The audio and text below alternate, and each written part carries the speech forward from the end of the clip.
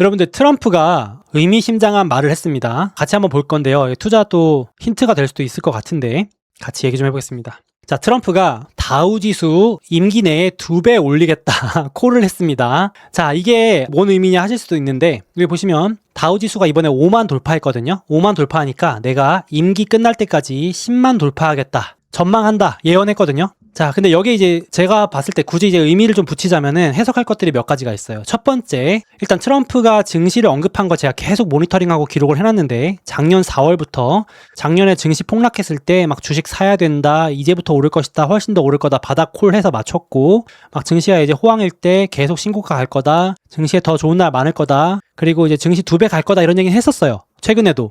근데 제 기억이 맞다면, 제가 기록한 게 맞다면 다우 지수를 콕 집어서 2배 간다고 한 건 이번 처음이에요. 제가 알기로는 다우가 5만 돌파했다 이런 얘기 많이 했는데 뭐 S&P가 신고가 갔다, 다우가 신고가 갔다는 많이 했는데 다우 지수가 2배 간다 이렇게 콕 집어서 지수까지 콜하면서 한 것도 없고 임기 내에 2배 간다고 얘기한 것도 이번이 처음인 걸로 제가 알고 있습니다.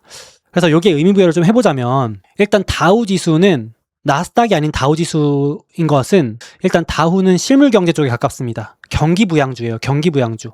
그래서 나스닥을 끌어올리겠다고 하면 성장주, 기술 쪽을 밀어주겠다는 얘기고 다우지수를 밀어주겠다는 얘기는 미국 경기 부양, 내수 살리고 소비 살리겠다는 얘기에 가깝습니다. 구분을 굳이 짓자면 이렇게 본다면 조금 더 이제 포트폴리오에 참고해 보실 만한 중요한 아이디어가 될 수도 있다고 생각하는데 벌써 근데 사실 시장은 움직이고 있습니다. 이제 미국 내수와 경기 부양의 수혜를 많이 받는 쪽이 바로 다우지수와 러셀지수입니다.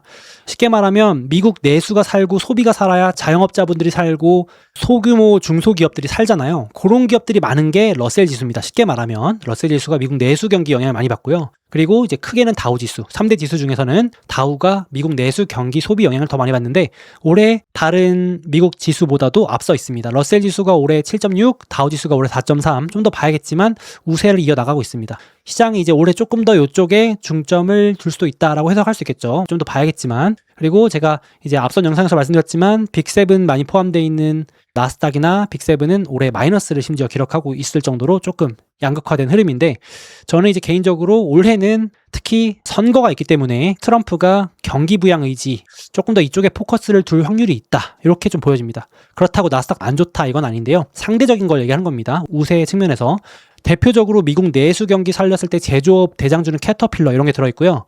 다우지수 안에 들어있다는 얘기입니다. 금융, 소비 이런 거라서 골드만삭스, 아멕스, 비자 이런 거 들어있고요. 에너지, 쉐브론, 그리고 월마트, P&G 뭐 이런 소비재들, 그리고 이제 허니엘 이런 미국 제조, 부활의 수혜주들이 들어있습니다. 자, 이렇게 보실 수도 있겠고 제 최근 영상들을 많이 보신 분들도 있을 수 있고 특히 이 얘기는 상반기 특강에 제가 정말 강조를 많이 했는데 트럼프가 올해만큼은 경기 부양에 올인할 것이다. 그래서 연말 대국민 연설에서도 경기 부양 얘기를 1시간 내내 했고 그리고 26년 최우선 과제도 선거를 앞두고 체감 경기 살리기, 경기 잡겠다, 경기 살리겠다 얘기를 했고 그리고 트럼프의 최측근 2인도 재무장관 그리고 이제 국제경제위원장도 올해는 메인스트리트, 그러니까 월스트리트이 아니라 메인스트리트, 즉 실물 경제가 특히 좋다라고 강조했고 경제 반등, GDP 3% 우습다, 4% 간다 이런 얘기까지 했을 정도로 특히나 다우 쪽에 유리한 얘기를 많이 했었습니다. 연말 연초부터. 그래서 이제 제가 요거를 소개를 많이 드렸었던 기억이 나고 월가에서도 요걸 힌트 삼아서 특히 약간 역발상으로 얘기한 게 2026년 상반기는 경기 부양 깜짝 장세가 온다. 이게 계속 대세 상승이 아니고 1, 2분기 특히 선거 앞둔 부양, 실물 부양 장세가 온다. 요 얘기를 했었습니다. 그래서 트럼프도 이번에 다시 한번 또 이렇게 얘기를 합니다. 중간 선거를 계속 언급하기 시작했거든요. 자, 전문가들은 제가 임기 말까지 다우 5만 달성하면 훌륭한 성과를 거둔 거라고 비아냥댔지만 저는 오늘 5만 포인트를 달성했습니다. 자, 예정보다 3년이나 앞선 거죠. 뭐라 그러냐면 마지막에 중간 선거 때 이 점을 꼭 기억해 두세요. 무슨 말이냐면 상대 야당이죠. 지금의 민주당이 경제를 완전히 망가뜨릴 테니까요. 그러니까 여당인 공화당을 안 뽑으면 주가가 빠질 거야. 반대로 말하면 이제 민주당한테 표를 주면 주식을 빠질 거니까 그렇게 하지 말라는 얘기를 이제 돌려서 말한 겁니다. 그러니까 이 얘기를 해석해 보자면 그만큼 자산 시장, 크게는 증시 부양의 진심이라는 걸 다시 한번 느낄 수 있고, 누구보다도 제가 말했죠. 주식 시장 열심히 보는 게 트럼프라고 다 알고 있습니다. 몇만 포인트인지도 다 꿰고 있을 정도예요. 그 CNBC 틀어놓는다고 말씀드렸죠. 옆에다가. 그리고 선거도 엄청나게 올해 들어서 신경을 쓰고 있는 게 느껴집니다. 선거 빈도 언급이 많아지고 갈수록 공약이 더 세게 강력하게 나올 겁니다. 그래서 특히나 이런 관점에서 좀 포트폴리오 참고하시면 좋겠고, 뒤에서 주식들 말씀드릴 겁니다. 관련 주식들. 근데 무슨 트럼프 말만 가지고 투자합니까? 되게 그거 너무 말도 안 되는 투자법이에요. 이거 트럼프 보고 누가 투자합니까? 말만 믿으면 돼요. 이렇게 하실 수 있는데 제가 그것만 가지고 투자하는 건 아니죠. 자, 마침 중요한 지표가 나왔는데 바로 이 제조업 지수라는 게 있습니다. 이게 경기 선행에 강력한 지표이기도 하고, 뒤에서 말씀드릴 거지만 이게 전 세계 경기의 어떤 선행 역할을 하는 중요한 지표입니다. 그래서 저도 오랜만에 이 말씀을 드린 이유가 한 최근 몇 년 동안 이 지표가 계속 침체 구간에 있었어요. 살아나질 않는 겁니다, 제조업이. 그래서 이 ISM 제조업 지수를 제가 한창 얘기 드릴 때가 많을 때도 있고 안 할 때가 있는데, 요 숫자가 50 밑에 있으면 제조업이 살아나지 않는 거고, 50을 넘어가면 제조업이 살아나면서 전 세계 경기가 살아난다는 신호거든요. 선행 지표입니다. 그래서 실제로도 이게 4년마다 이렇게 사이클이 돌아요. 그래서 우리나라도 뭐 반도체 사이클이 보통 경기 민감 사이클이 4년, 한 40개월에서 50개월 사이 돌거든요. 그래서 실제로도 장기로 보시면 이 제조업 사이클이 2012년에 바닥 쳤죠. 16년에 바닥 쳤죠. 20년에 바닥 쳤죠. 24년에 이제 보통 바닥을 쳤으니까 이게 4년마다 돕니다. 근데 이제 이번에는 이게 회복이 좀 느렸어요. 생각보다. 그래서 원래는 24년에 바닥치고 경기가 살아나야 되는데 못 살아나고 막 고금리에다가 금리도 생각보다 늦게 내려왔죠, 미국이. 인플레도 여파도 심했고 하다 보니까 보통 이렇게 사이클이 아름답게 이렇게 가야 되는데, 이제 이러니까 매크로가 다 망가져가지고 작년부터는 매크로가 안 먹히는, 매크로 전문가들의 말이 하나도 안 맞는 그런 장세가 2024, 2025로 퍼진 건데, 이제 그 사이는 이제 다 무시하고 AI가 들어올리는 챗GPT 장세 때문에 이게 AI 독주 장세였고, 2023, 4, 5가 그랬고 2026년부터 이제 이게 올라오기 시작하는 겁니다. 이게 올라오기 시작하는 거는 다시 이제 경기가 살아나기 시작했다. 사이클이 돌기 시작했다. 이거거든요. 그래서 26년은 쉽게 말해서 그동안 인기 없었던 주식. 그러니까 우리 어떻게 보면 구독자분들이 좋아하는 주식 말고 안 좋아하는 주식들이 더 기회가 많은 해가 될 수도 있다고 여전히 생각을 하고 있습니다. 그러니까 포트폴리오를 조금 점검을 해보실 필요가 있다고 여전히 생각을 하고 있습니다. 그래서 개인적으로 여기 작년 말에도 모두가 AI 주식만 보고 있는데 오히려 다른 쪽의 기회가 2026년에 많을 수 있다.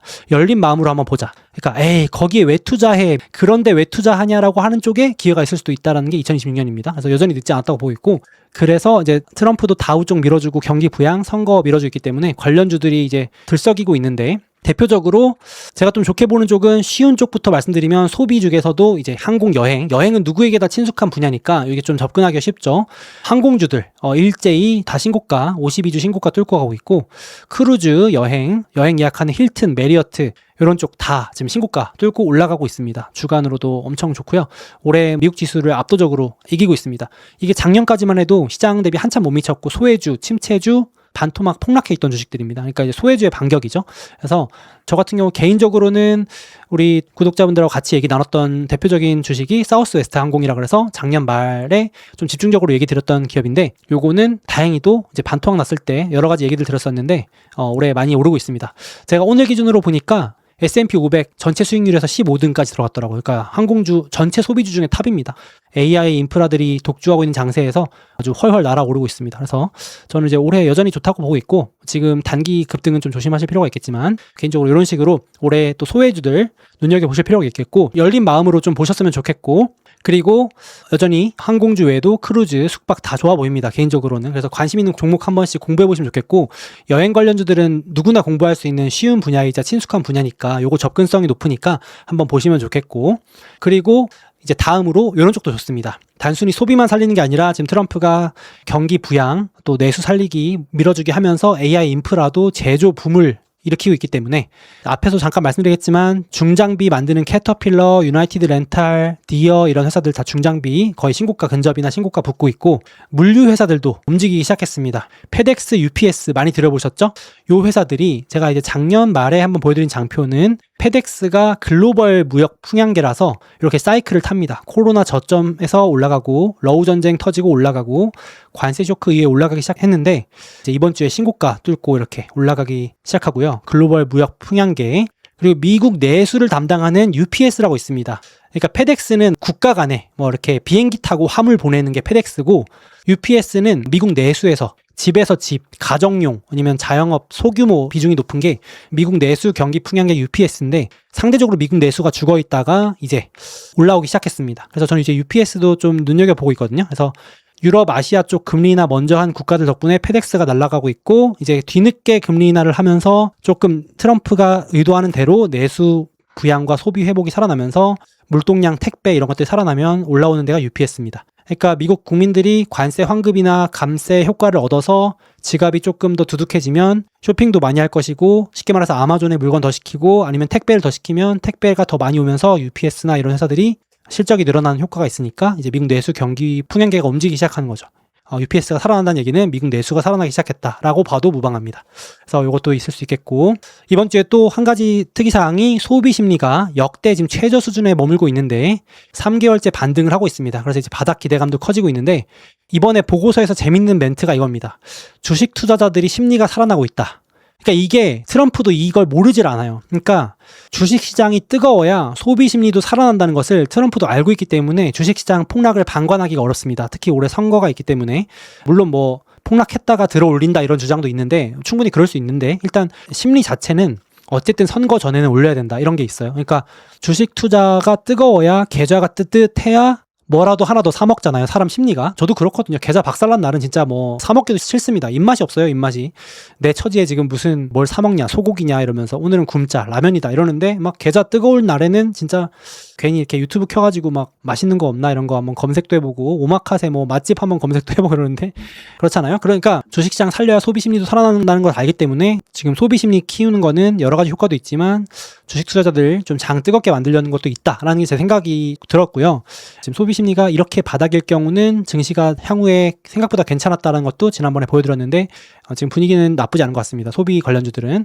그래서 지금 소비 심리도 살아나기 시작하면서 이제 소비 관련주들도 살아나기 시작했습니다. 제가 몇 가지만 말씀드릴 건데 자 대표적으로 펩시 대표적으로 노잼주에 인기 없는 소외주죠. 이런 것들 제가 말씀드렸죠. 이런 걸 왜 투자하지? 라는 것들이 이제 올라오기 시작할 겁니다. 그래서 왜 고성장주를 놔두고 이런 의미 없는 주식에 투자지? 막 이런 것들이 제가 눈여겨봐야 된다고 얘기하는 건데 열린 마음으로 한번 들어주세요. 자 음식료 펩시도 3년 동안 주가가 빠졌습니다. 최근에. 왜냐? 요것도 이제 타임라인이 재밌는데 2023년부터 하반기에 이제 비만약 등장. 이거 기억하시는 분도 있을 텐데 주사 맞는 비만약, 위고비 이런 것들 등장하면서 가공식품 종말론이 등장합니다. 야, 이제 사람들이 주사 맞고 날씬해지면 고칼로리 음식 안 먹고 이렇게 고열량 음식 안 먹고 몸에 안 좋은 거 안 먹을 거야 이러면서 대표적으로 과자 만드는 회사가 펩시거든요.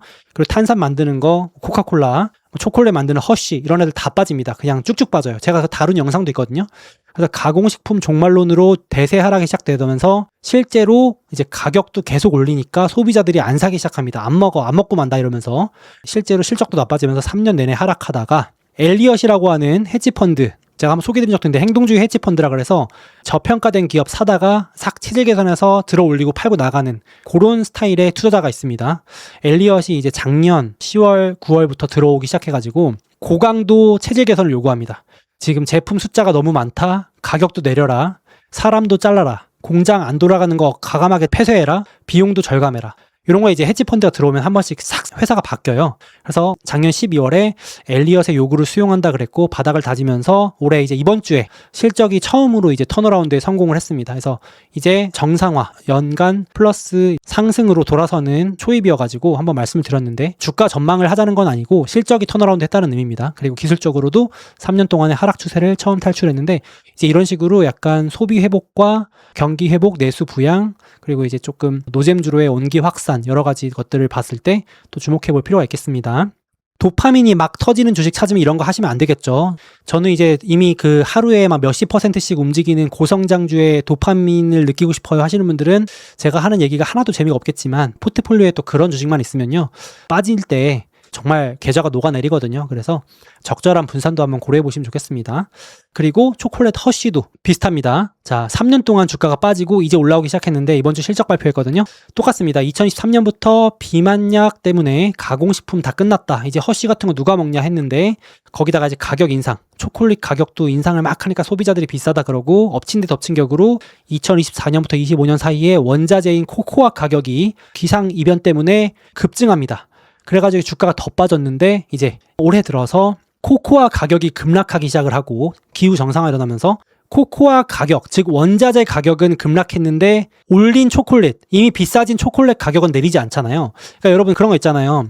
우리가 치킨 가격 올라갈 때 죄송합니다. 닭 가격이 올라서 닭의 원가가 올라가지고 어쩔 수 없이 치킨 가격을 올립니다 했지만 닭 가격이 다시 내려가도 치킨 가격이 내려오진 않잖아요. 예시를 든 겁니다. 치킨만 그런 게 아니고 쉽게 말하면 그러니까 원자재 가격이 급등해서 어쩔 수 없이 우리가 소비자 가격을 올렸지만 원자재 가격이 내려간다 그래서 소비자 가격이 내려가기는 잘 없잖아요. 이제 이 상황에 들어온 겁니다. 그동안은 높아진 원가 부담을 허쉬가 지고 있었는데 이제 이게 소비자한테 다 전가가 되는 거죠. 그래서 실적이 엄청나게 잘 나오기 시작할 거라고 전망을 대폭 상향하니까 주가가 이번 주에 이제 확 돌아서기 시작했습니다.